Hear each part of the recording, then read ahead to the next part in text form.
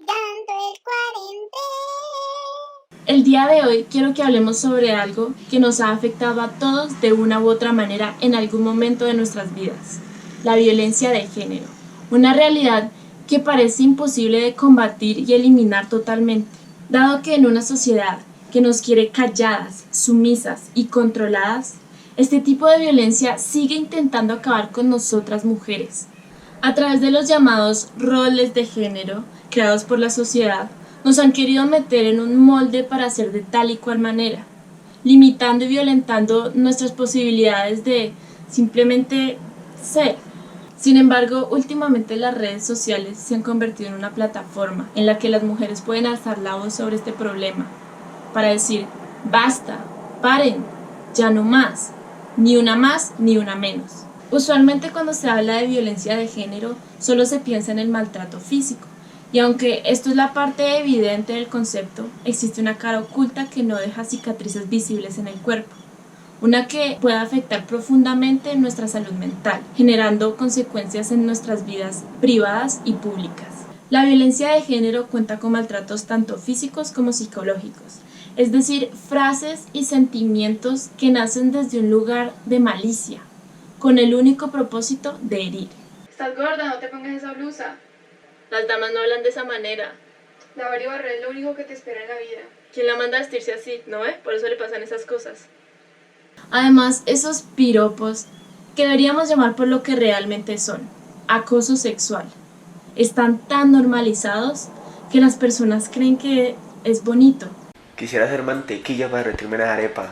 Quisiera ser plomero para taparte esa agujera.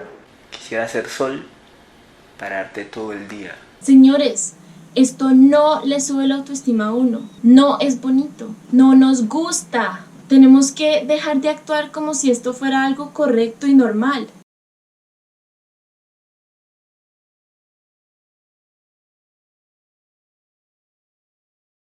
¿Por qué me temes? Si soy fruto de algo que no tiene nombre, el error que no comete nunca el hombre. ¿Por qué me temes? ¿Por qué me temes? Si estoy hecha para estar arrepentida y mi historia se ha quedado ya sin vida. ¿Por qué me temes?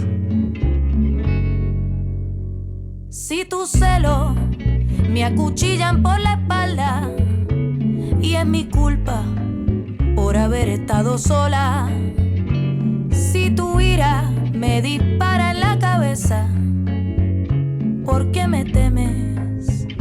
¿Por qué me temes? Movimientos como Me Too, He for She o Equal Pay han estado invadiendo nuestras pantallas, generando una diferencia que, por más pequeña que sea, nos ha brindado un espacio para hablar y ser escuchadas. Incluso somos apoyadas por celebridades de todo el mundo.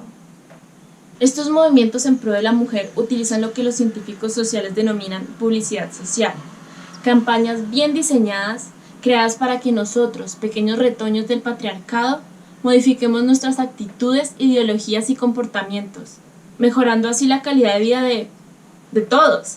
Para lograr este cambio necesitamos utilizar los mismos medios de comunicación que nos han manipulado a todas, para que creamos que somos estos objetos chiquitos y delicados que necesitamos de la protección de un príncipe azul, convirtiéndolos en unos aliados que nos permitan alzar la voz frente a esta injusticia, como lo hizo el movimiento Me Too, cuyo alcance logró realizar cambios reales desde su origen en Hollywood hasta China, que ni siquiera comparte nuestras mismas redes sociales.